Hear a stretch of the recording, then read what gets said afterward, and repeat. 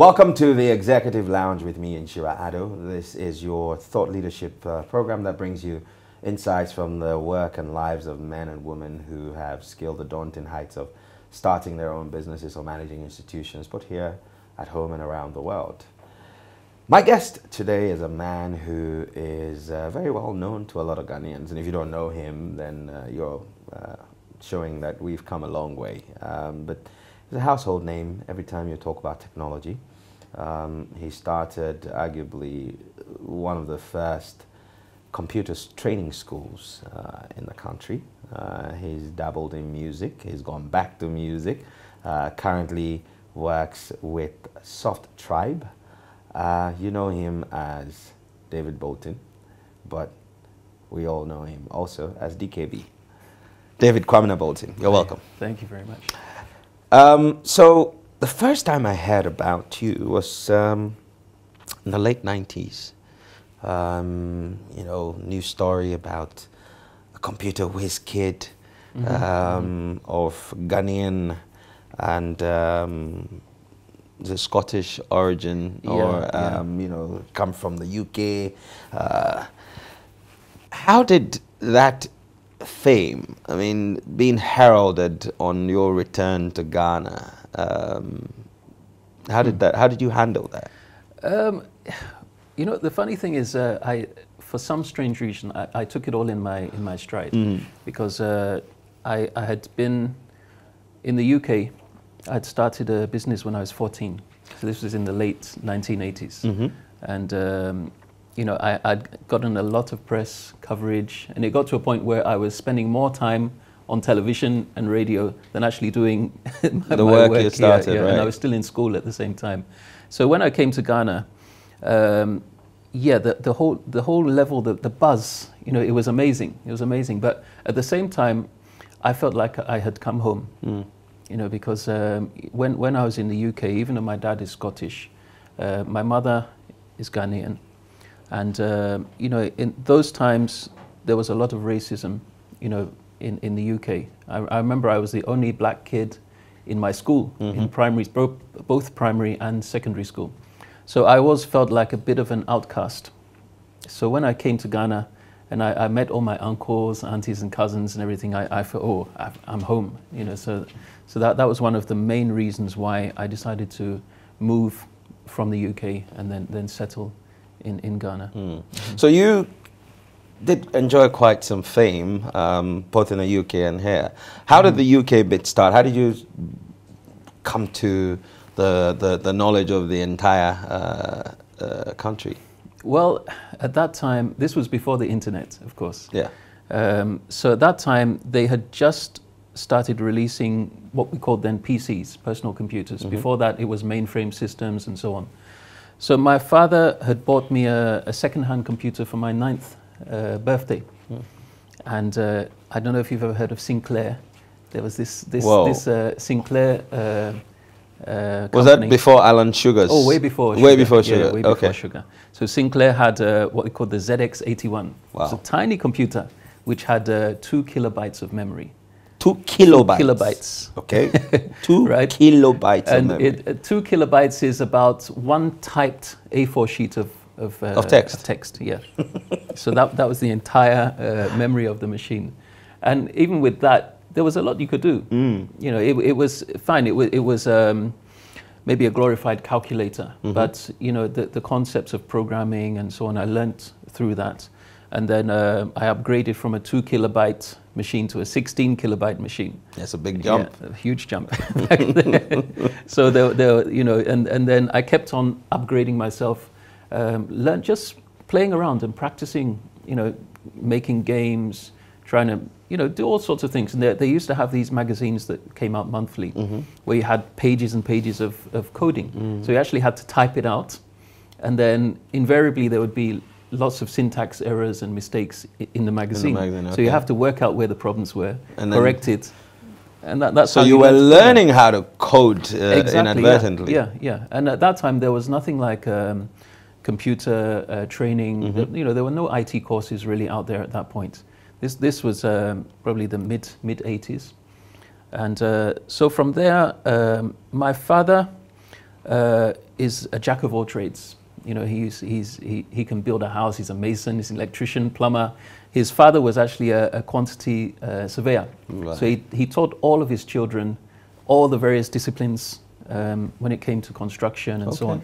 So he ended up doing a lot of odd jobs for family, friends, and so on.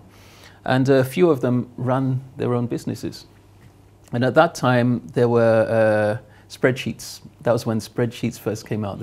Excel wasn't around. That's right. You know, Microsoft wasn't even around at that point. He was probably Bill Gates was probably still in his garage. You know, tinkering with MS-DOS. Yeah. So there was a program called Lotus 123. I remember Lotus. Yeah. So in its earliest versions, so people started realizing you could use it for cash flow projections, forecasts, and all sorts of things. So my father's friends would then basically ask me to work out these spreadsheets and design them. And then I started designing the spreadsheets and then programming alongside it, you know, for their businesses. And they would pay me 50 pence, £1, £5, that sort of thing. And I realized, wow, I can actually make some money from this. You know, so I quit the paper round. You know, those days it was traditional. You had to run around and do the paper round, yes. To get up at 4 o'clock in the morning and deliver newspapers to all the houses. So I quit that, and then I started doing this, you know, as my pocket money earner. And then before I realized it, there was one opportunity that came up. That time I was 14 years old. There was this company where it was a nationwide company in the UK where they actually did toys. They sold toys around the Christmas period. And it was basically what they used to call a party. What happened is you're an agent, you hold a party in your house, you sell the toys, you send in your orders to the head office, they get everything together and then dispatch it to all of the people. So they had hired a company to design the software for this, and the company failed. Wow. So there was a piece in the local newspapers about what I was doing. So they called me up and said, can you do this? We're about to go live with our Christmas distribution. You've got 2 weeks. Wow. I had no idea what I was doing. I said, yeah, of course I can do it. I had no clue. So I just stayed up day and night. I was still at school, and I managed to do it. And it was a great success. You know, they ran their company, and at that time, they were doing a turnover of a few £1 million. Wow. You know, over that Christmas period. And I think I got paid £5,000. Wow. For that job. At 14? At 14. And I'd never seen that sort of money. In fact, my father had never seen that sort of money. From one gig? Yeah, from one gig. So I remember I bought my dad a car, bought my mum a washing machine, a microwave. That was when microwaves had just been, you know, invented and released onto the market. Bought a washing machine, microwave, cooker, and that sort of thing. And I felt really proud of myself, that I've got this. And my dad used to drive me around with the car to the clients. And then obviously it snowballed from there. You know, when people heard that I'd managed to do that, then there was a lot more press coverage, and a lot more companies then started calling me to develop software for them. So that's how the whole bug started. Yeah. That was it. So would you say that you ended up doing what you do by design, or as in by nurture, or by nature? You know, I always ask myself that question. Sometimes I feel like it just happened, but then I was definitely following my passion. You know, for me, when I was behind the computer, you know, I felt like an artist. I was creating something from a blank slate. You know, you're actually creating something that affects a business. It actually helps a business to make money and carry out their operations. So it felt like I'd really achieved something, you know, and it was a really good feeling. And then it also counteracted that inferiority complex I had, because being different from everybody else in school, you know, I felt like I had to try twice as hard as everybody and you know, outperform everyone. So I ended up outshining all of my schoolmates. And so suddenly you weren't just different, but you were just the bright spark. Exactly, yeah. So that kind of helped build up some confidence. And then, you know, it just kept on growing and growing. So let's take a trip across the Atlantic. You moved to Ghana, I think, in 97 or 1990. 1990? Yeah, I was 17 at that Oh, time, wow. yeah. So in 1990, you moved into Ghana, and then you started at David Kwamena Bolton School of Computing. School of Computing, yeah. I remember the location today in the industrial area. Right. And you know, at the time, we were just evolving. Why did you feel that Ghana would be a great place to settle, apart from the family ties? It was virgin territory, right? And all of a sudden, I didn't feel like I was trying to prove myself to everybody. You know, I felt like I could actually make an impact and improve the lot of everyone within the country. You know, there was virtually no computer literacy at that point. So that was what drove me to open the school in the first place. You know, that I felt if I can teach people and give them a little bit of what I had managed to learn myself, that it could impact, you know, upon the nation. So the school was one thing I was doing. I was also developing software for the first contract I won here was Ghana Civil Aviation, where I wrote the entire software system for the airport. So it managed their payroll, their inventory, flight safety, billing of all the airlines when they landed, took off, and parking and all of that. Okay. You know, so that and that was a complete network system within the airport. You know, and it was actually used for, I think, close to 20 years. So I was amazed, you know, when we finished it. And then I actually had the IT manager came and told me, you know, we used that system for, I think, 18 years before they then replaced it with a newer technology. Yeah. Fantastic. So you trained people, and I think there are a number of people that I know who have gone on to do great things in terms of in the IT space, and did learn under your tutelage. Right. Did you envisage at the time the success of what you were doing in setting up and starting the school? I didn't. You know, at that age, I was 17 or 18 years old, and you know, there's no way you can think so far ahead into the future. So I was just enjoying the moment. You know, I was really into what I was doing at the time. You know, it was great having people coming into the school. You see, the classroom is full of people, and I was actually employing people. You know, at 18 years old, I had a whole staff of teachers, administrators, and so on. And you know, it was a great feeling at the time. But now looking back, yeah, I have people today who will say that, oh, I was at your school. 25 years back, I was at your school, and now I'm the IT manager of this bank or that organization. So yeah, it's a great feeling knowing that I've had that impact on people's lives and careers. Yeah. Now I'm intrigued by technology, human development, and education. So let's find a nexus for all three.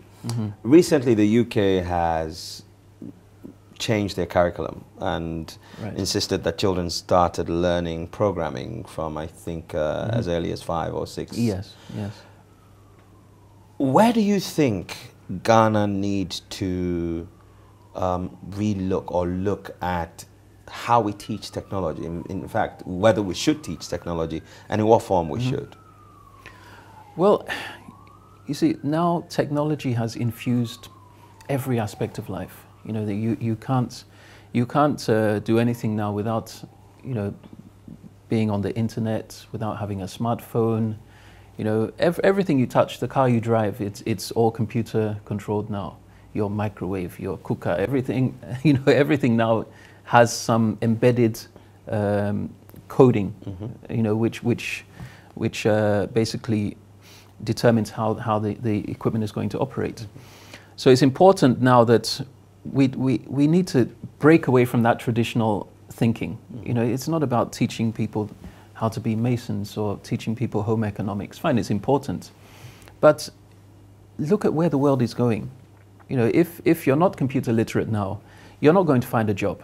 That's the reality of it. You know, you're not going to get a job. Even if you want to be a mechanic now, you have to understand how to diagnose a car's ECU. Which requires a computer. Yeah, it requires literacy. a computer. Yeah. You see the thing. So instead of us just being content with being users, why can't we be the creators of this technology? They're doing it in India. You know, if we look at, fine, we can say, okay, we're a former colony. So are they. You see the thing. But they took a firm decision that they were going to invest into teaching of technology. And they started by, you know, tooling up the universities so that they churn out coders, computer developers, you know, software developers and so on. They just churn out thousands and thousands of them. You see the thing. And if you churn out 1,000 software developers, maybe 100 of them or 10 of them will be the bright sparks. You know, one of them could be a Bill Gates. One of them could be a Steve Jobs. You see the thing. And because they're focusing on doing that and they've put systems in place, they're successful now. No, if you can't talk about the IT industry without mentioning India now, because everything is being done there. Well, it's evident even in Silicon Valley. Yeah. A lot of the top jobs are held by Indians. Exactly, exactly. And why can't we do the same? There's no reason for it, you know. And I think it's a shame that our political system, you know, seems to be, there's this 4-year cycle where, you know, the first year is consolidating your gains. You just come into power, so it's blaming the previous government for all the mistakes they made. Second year, you're trying to actually do something. Third year, you're gearing up for the elections, and the fourth year is just campaigning. So there's no real thought to a long-term strategy. You know, that's a real problem. And we focus too much on petty politics. You know, I would say that if a government comes in and says that we're going to focus on this one thing, whether it's agriculture, whether it's technology, whether it's sanitation, and we're going to focus and get it right. You know, so at least that would be one thing that we've exactly, ticked off and taken off the list. And you see that things will snowball from there. But you do a little bit of this, a little bit of that, and nothing is really done properly, and then you backslide because you're focusing on something else. And you know, and we seem to be just treading water. It's unfortunate. If we got some of these things you talked about right, if you would hazard a projection of what a Ghana that's harnessing the potential of its human capital and technology, paint me a picture of what that would look like if we got that right. Man, it would be something. It'll be something else. You know, if we can shine in a certain area, you see the thing that it's I don't know. I'm frustrated. I'm frustrated because there's so much talent. I mean, we run a software company. We run it for 25 years plus now, SOFTtribe. And, you know, the amount of programmers we've had coming in, both from university, those who just sat in their bedrooms and learned coding like I did, you know, and the amount of intellect and creativity that they have. And then you find that 3 or 4, 5 years down the line, they get frustrated because if there's a big contract from government, you know, to implement some software solution, the first place they look to is outside. You see the thing. So the tender will be given to a foreign company when we have the ability to execute it perfectly within. Incidentally, whilst businesses in Ghana were being overlooked for contracts, SOFTtribe was elsewhere across the continent actually doing similar projects. Yeah. How does that make you feel? Sad. I mean, it's sad that we had to look outside our borders when, you know, there was so much we could have done. You know, I mentioned the civil aviation contract we did, and look how long the project lasted, the effect of that project. You know, but then when it was replaced by a foreign system. Wow. You see the thing. So you know, that's the sad fact that we've actually gone backwards in our thinking. Because that would have allowed for, you know, an upgrade. If you had to go back and rebuild or retool, that meant that you were continuation of the knowledge that you had used in the beginning. That's the thing. That's the thing. That's a real shame, if you ask me. It is. All right. So we're going to take a break now, and then when we come back, we'll have some more conversations about technology, and then we'll dive into how you decided or found out that you could also do some music. Sure. All right. Right. This is the Executive Lounge. Don't go away. We'll be right back. Welcome back to the Executive Lounge with me and my guest, David Kwamena Bolton. He's a technical director at SOFTtribe and also founder of DKB Studios, which we'll get into in a moment. And he's just shared insights from starting his own business at age 14 and moving to Ghana and teaching computing and doing stuff as cool as building from the scratch the computer software system that ran the airport for 18 years. I mean, that's a great feat. And yet, you still get overlooked for contracts and it goes out. But let's, again, look at the technology space. The technology giants that are constantly coming into Ghana looking to settle. There's been a lot of talk about local businesses or technology companies that have what it takes. Right. In the absence of government contracts, could these technology companies grow and have massive footprints like the foreigners who are coming in? Well, they could grow, but then, you see, our limiting factor in Ghana is our population. You know, so it's always a problem in terms of the private sector. You know, when as SOFTtribe we didn't touch the government sector for I think about 15 years from when we started, and we were doing perfectly fine. But you see, if you take for instance payroll systems, now a multinational company like Guinness or Unilever or so on, they employ a couple of thousand people.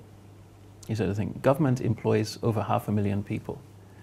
You see, so the discrepancy between what government is doing and what's happening in the private sector is so huge that once you start dealing in the public sector arena, it's you have to tool up in terms of number of staff, in terms of your resources and so on. So it becomes difficult then going back to only having private sector contracts and so on, because then it means you have to downsize considerably. The game, however, is changing because technology now is becoming mobile-based, it's becoming apps and so on. So in terms of software companies now, we're having to change the way we think in the sorts of solutions that we're putting out there. You see, so right now, theoretically, there's no reason why WhatsApp couldn't have been created from Ghana, you see the thing, and made a worldwide phenomenon. The technology is not the limiting factor. However, you know, you need to have an enabling environment. Okay, and for you, what would that be? That would be a government basically saying, okay, we are going to invest in the software industry. We are going to encourage new startups. We're going to say that, okay, 50% of all government projects will be given to local companies. We're going to exclude, in the same way that they've excluded petty trading and so on from being handled by foreigners. Why can't we do the same in the software industry? And then that will force, you know, the growth of the industry. There's a huge pool of potential developers out there, you know, and if it's like anything, if I see that, okay, if I work at this for 5 years, I have the potential of earning this amount of money, of being at this place in society, you know, being a respected professional, you know, definitely it's going to grow the industry, but it needs to have, because government is by far the largest spender, they have to, you know, make a firm decision that they are going to invest in the industry. No, coupled with the fact that, in my opinion, that would also improve the confidence that we have in locally made products. Exactly that, yes. No. Yes. So when you win tenders outside of Ghana and you're executing these jobs, what are some of the reactions of the people who are giving you the business to do? How do they feel about a Ghanaian company doing work in their neck of the woods? You know, the funny thing is, in most other African countries, the fact that you're from Ghana, you know, there's a huge amount of respect that comes along with that. You know, sometimes it surprises me. There's a huge amount of respect, particularly in places like Nigeria, Sierra Leone. We do quite a bit of work in Sierra Leone, Liberia. You know, but those sorts of countries, there's a whole lot of respect from being a Ghanaian-based company. You know, more so than from here. Yeah. It's like the old saying of the prophet not being respected in his hometown. So that's the fact of the matter. Okay. Yeah. Let's dive into music, and I mean, well, before music, let's continue down the trajectory of technology. I've been observing. You post quite a lot of photos and short videos from the bird's eye, even flying drones. Yes. How did that passion come about? Well, I've always been in love with aviation, and you know, when I came to Ghana, that was during the PNDC era, and it was actually at that point it was Chairman Rawlings. That's right. That invited me to Ghana. Okay. And you know, I had the opportunity then to fly around a lot with him, and you know, I actually learned how to fly real aircraft. Oh, wow. But before that, I was actually building model aircraft, radio-controlled aircraft in the UK. That was my hobby. And then continued that here. And then over the years, the technology, you know, as I say, every area of life, technology has invaded. So even now with drones, you know, drones basically use the similar technology that's used in smartphones now, where you have GPS, you have gyros, so that between the two of those, the drone is able to fly itself to a certain extent. It can hover without you touching the controls. It's all technology doing that. Then you can attach cameras to the drones. You can attach not just ordinary cameras, but infrared cameras, cameras that see different spectrum of light. You know, it's actually possible to use a drone to look at a cornfield, and using a special camera, you can tell the health of that cornfield. Wow. So you can actually predict 2 weeks prior to there being a problem in the field. That's amazing stuff. And then apply whatever fertilizers or water that's needed to prevent any problem from occurring in that field. You can use the same drones for crop spraying, obviously for surveillance, you know, the fights against galamsey and all of these sorts of things, deforestation. You know, we are limited in terms of our naval capacity.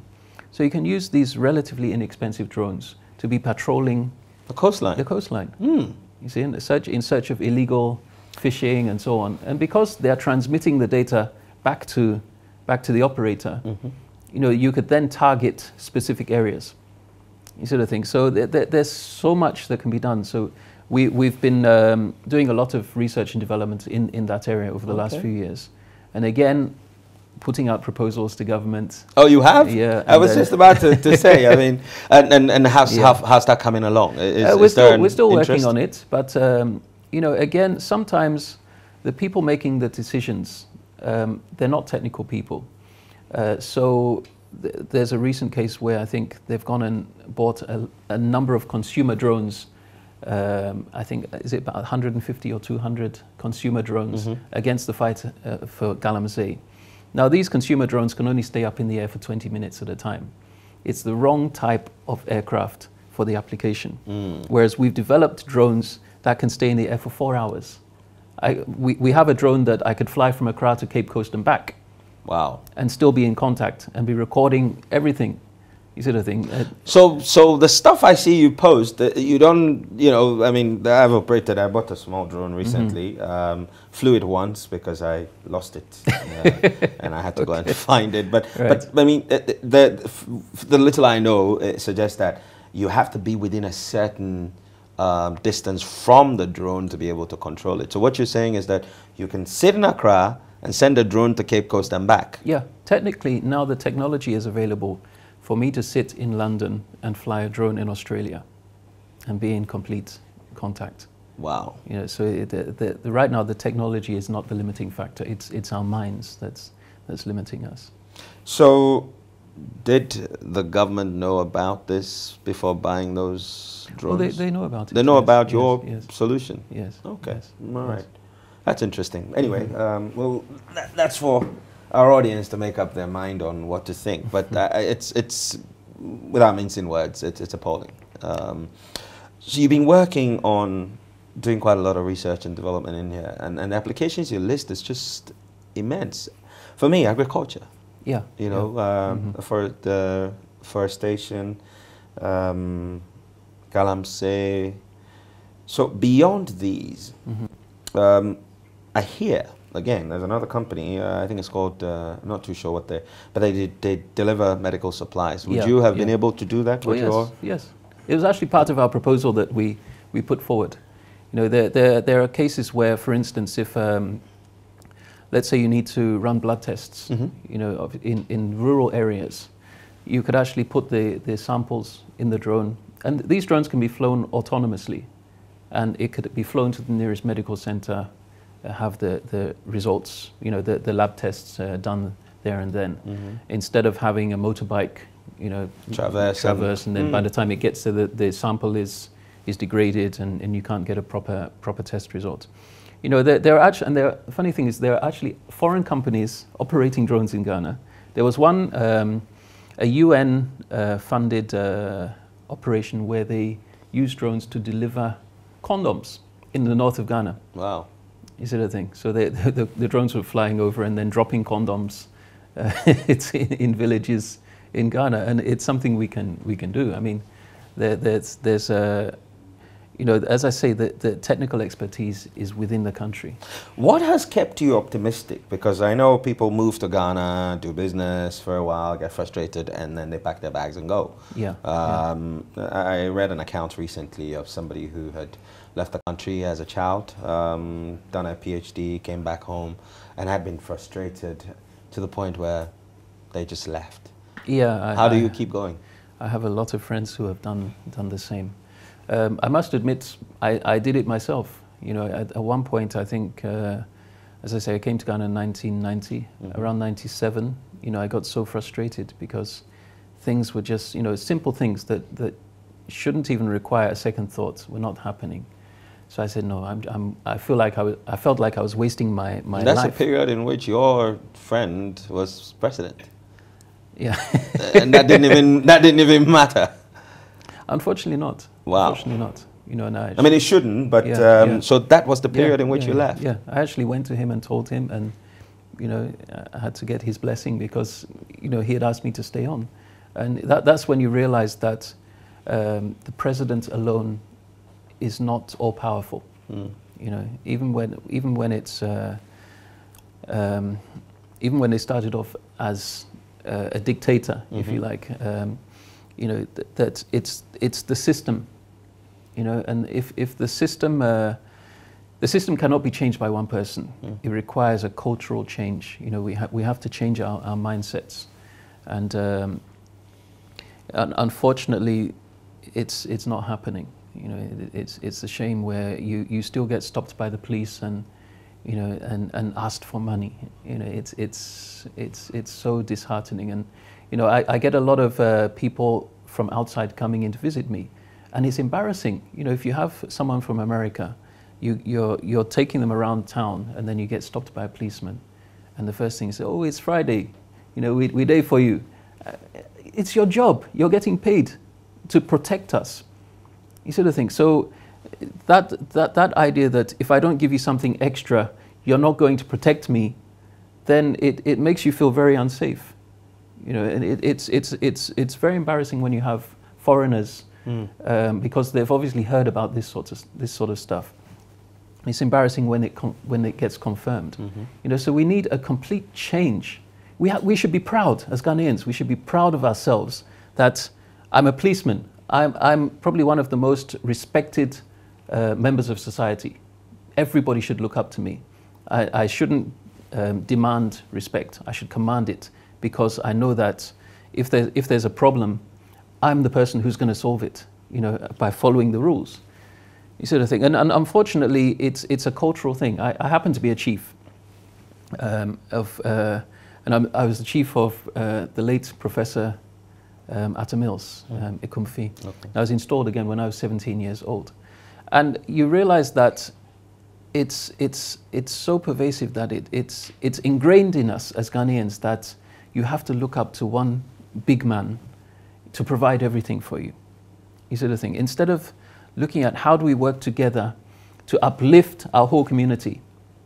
And it's a fight I'm constantly having with my people. Mm-hmm. That look, let's think of what we can do. Let's not think about what Nana is going to do when he comes to the village, you know, and what food or what money he's going to bring. No, because you'll forever be in that same hole. Climb out of the hole. Be proud of what you can do for yourself. How do we create that mind shift? It has to come by one enforcing. Look, we have all the laws there. Mm. All the laws are there. It has to come by enforcing those laws, and you know, making sure that the right thing is done. And unfortunately, we have this habit in Ghana of turning everything into a joke. You see, if you look at this whole football scandal. Mm-hmm. I'm not a fan of football, but you know, it's something that I think the whole world has heard about. Mm-hmm. And all you realize is that everybody's making jokes about Nyantachi and so on. You know, it was a very serious matter, a very, very serious matter. And we shouldn't be joking about these things, because the moment you turn it into a joke, it diffuses the anger, diffuses the pressure to make a change. So I think we need to start taking ourselves seriously in this country. Okay. What else? And then also realize that Rome was not built in a day. Mm. Right. You think that we're impatient? Yes, we are. Could that be because maybe we see other people maybe climbing fast and we're wondering? I mean, one example that comes to mind is Rwanda. We all sat here, we watched CNN, and we're appalled by the genocide. And so they've gone into the abyss, they've climbed out, and they're shining. Mm-hmm. They're shining, but it didn't take 1 year or 5 years. Okay. You see, that there was, fine, maybe for them, fine, the genocide was a terrible, terrible thing, but I think it also reset the minds of everybody. They look, this is how bad it was. You know, we almost lost the country. And then it took, you know, that horrible, horrific experience to change the way everybody thought and said, no, we can do things better. We don't want to repeat this ever again. And if you see what's happening now, you have the Volkswagen plant that's just been opened there. In fact, in terms of drone development, that's one of the most advanced countries in the world. They've opened their doors to drone development. So they're already using drones to deliver blood and medical supplies and all sorts of things. You know, it's amazing what they're doing, and we can do it. There's no reason why not. Absolutely. All right, now let's jump into music. So, is this a midlife crisis, or something that you've always wanted to do? No, I've actually been in music for, in fact, as long as I've been into IT, I've been into music. I was actually a music student in school. Right. You know, I was trained in violin, and I played in my orchestra in school, and you know, so music has always been part of me. And then, even if you look at some pictures I have way back when I was about 12 or 13, I had my computer and I had my keyboard. Right. So, and that again, that fusion of technology and music has been going on for a long time. So I had my first studio. When I came to Ghana, I came along with a studio. Okay. You sort of thing. And back in 1992, I actually performed on set with Public Enemy, Stevie Wonder, Dionne Warwick, and so on, when we had Panafest. That's right. So I've always been into music. But, you know, it's something that's, it's kind of been in and out. In and out. Yeah, but it's always been my passion. Right. It's always been my passion. And now more than ever, technology basically is driving music forward. You know, right now, if you looked at a studio we had back in 2000 when we were producing albums for Abrafo, VIP, Abriwanana, KK Fosu, all these people. Our studio was full of racks and racks of hardware. Now that same studio, in fact, a better studio is just one PC, you know, with software, and you just got one microphone, you got the PC and some speakers, what we call monitors, and you can produce better work now than you could then. You know, so long as you use the right theory behind it. Yeah, right. yeah. Fantastic stuff. And you have a single out.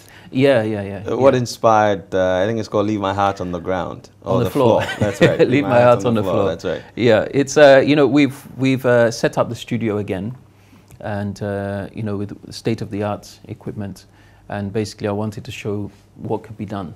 You know, so I'm working on an album. So we put out a single. It's a reggae lovers rock tune. Yeah. You know, so again, I'm not trying to compete with the Kwame Eugenes of the world. You know, just trying to make some more matured music that, you know, people of our generation can relate to, and then show that, look, that making music is it's an art form, but there's also an education that has to be obtained. You can't just get up and start rapping and singing and call yourself a musician.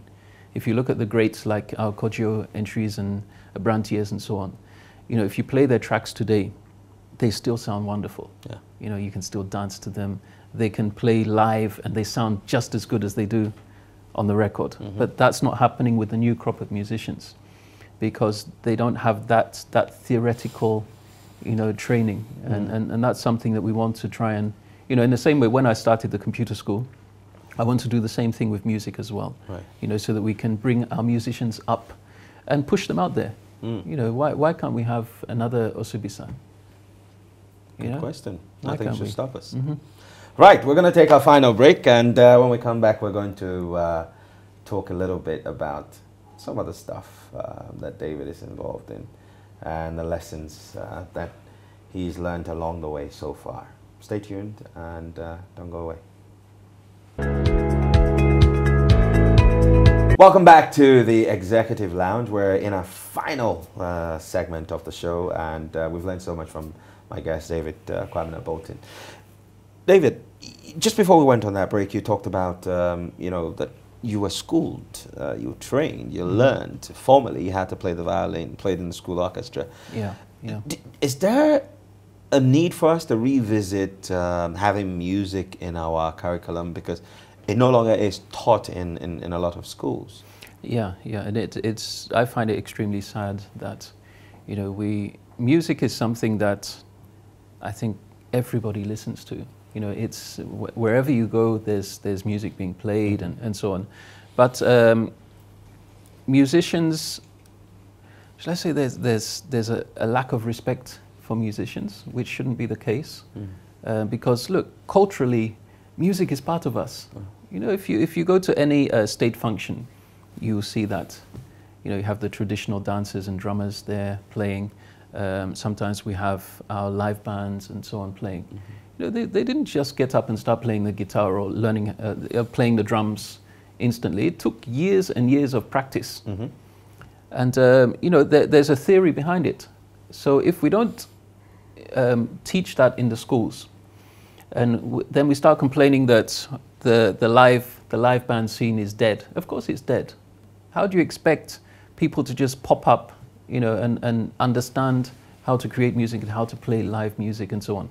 And the same thing even applies now to studio-based music. You know, if you don't understand the fundamentals, you're just going to do what you feel is good, you know. And I don't want to mention any names of the new artists, but you know, you see that a song is put out today, in 6 months' time is dead. Nobody wants to listen to it again, because fine, maybe there was a great dance. In some cases, 6 months is too far. It's too long. Yeah, that's it. You know, they have a great dance that goes along with it, and so on. So everybody gets vibed up, and again, then it becomes like a joke, you know, kind of situation. Look at the one corner. Yeah, thing, so that's That was a phase, and then until the next one. Yeah, yeah. But so in essence, if we're missing out on the fundamentals, we will only have flash in the pan, and not something that's sustained over a long period. Yeah, yeah. There's a certain school of thought that there's an over-reliance, or more a shift, on a lean on technology for music. At what point do you think, how do we get the optimum balance between the skill of music and the use of technology to push it? You see, the thing is, technology changes everything. I mean, we used to ride bicycles before cars were invented. You know, we used to travel on ships for months at a time to get to around the world. Now we can jump on a plane and be there in a matter of 8 hours. You can be halfway around the world. However, you know, it's this issue of being a user or being a creator, right? Fine, you can buy a home studio and just do whatever you want to do. You can buy a computer and use it for Googling, Facebook, Instagram. You post your selfies and so on. You're just a user. You're not creating anything of value. You see the thing. And you post a picture on Instagram, you get 100 likes or 10,000 likes, and you feel like you've achieved something. A week down the road, nobody cares that you posted that picture. You know, but who created Instagram? Whoever's created it now, they're worth billions of dollars. You see the thing? Because they've created a platform that millions, if not billions, of people use. So why can't we be the creators of these things? What's stopping us? You see the thing? And it's basically this. We have a short attention span. That's the problem. You know, if you look at the average young person now, if you just look at their smartphone usage, how many times, if you look at this, compare how long they spend on Google researching something as opposed to how long they spend on Instagram or Facebook. You know, I spend a lot of time on YouTube learning new things. It could be anything. It could be about cookery, it could be about studio work, it could be about technology, you know, and finding out how things are done, so that I have a basic understanding of, you know, whatever interests me. You know, instead of just getting up and watching music videos, scrolling through my Instagram, liking 100 pictures, and then going on Facebook, watching some people's status posts, you know, I'm not feeling happy. I don't care that you're not happy. I care that you've created something that I can buy that's going to impact upon my life. You see the thing? And we need to be creators. We have to stop just being users. So, share with me maybe one key lesson that, if you look back at your life, that has kept you going, that we ought to hold on to as young people today. I mean, looking back from when you first developed that software at age 14 and all of that, up until date, what one key lesson do you think we ought to hold on to? Persistence and determination. And don't think about the money alone. You see the thing? Think about, one, do something that drives you, that you're passionate about, something that you think is going to be useful to other people. Even if it's a small group of people, you find that, you know, I have this idea. I can create whatever it is. It doesn't have to be software. It could be a tool. It could be a new recipe. It could be anything, whatever it is that is going to impact upon people's lives, and then spend time to perfect it. And there's no perfection in this world, but there's the pursuit of perfection, right? And in that pursuit of perfection, you are always stepping higher and higher and higher, you know, one step at a time. Sometimes you'll find that there's a huge breakthrough, and that's when you become world famous. You see the thing, that something, you know, you've done something, and then that's when you get all the accolades and hopefully the money and something that can sustain you for the rest of your days on the earth. So it's about being consistent, being persistent, and being disciplined, you know, and focus on something. So, as you said, Rome wasn't built in a day. So the Exactly. money will come, but Yeah. that shouldn't be the first thing you look at. Yeah, yeah. That's Fantastic. Well, David, thank you so much. Thank you too. It's been an awesome conversation, and we're grateful that you shared your experiences with us. great. Thanks. Thanks. So I have 5 lessons I'm taking away from this. Number 1 is that practice indeed makes perfect, or it pays off, really.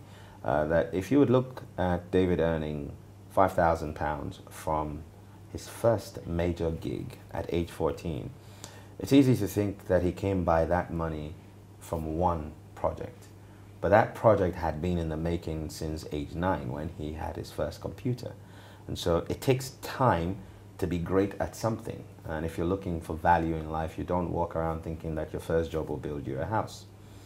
It's going to take a while to be able to make that money that makes all of that breakthrough happen for you. And what that means is you keep working at it.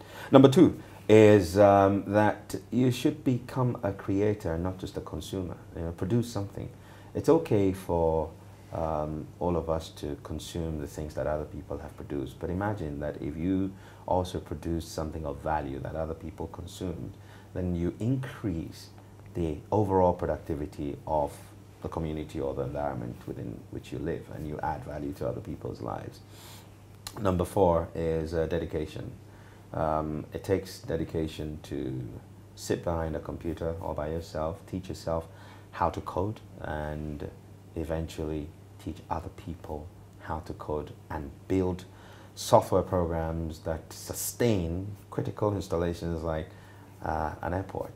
And so you must remain disciplined if you want to be successful in life. Number 4 is that don't be afraid to go beyond your own borders. If no one respects what you do here at home, look for a place where it's going to be accepted. Keep looking. You'll find it, and when you do, you'll be respected at home too. And the final thing is from the concept that drone technology can be used for several different things, I think you should constantly ask yourself, what else? What else can this thing I have do? What else can I do with this skill that I have? What else can this product achieve? What else can you do with this life that you have? It's been fantastic having you watch the Executive Lounge. And thank you, David, once again for joining us. My guest has been David Kwamena Bolton. He's a technical director at theSOFTtribe and founder of DKB Studios and an all-round cool guy. Thank you for watching. Thanks to the crew and our friends at Villa Monticello. I'd like to say adios. Until the next time, go forward, make rain. Shalom.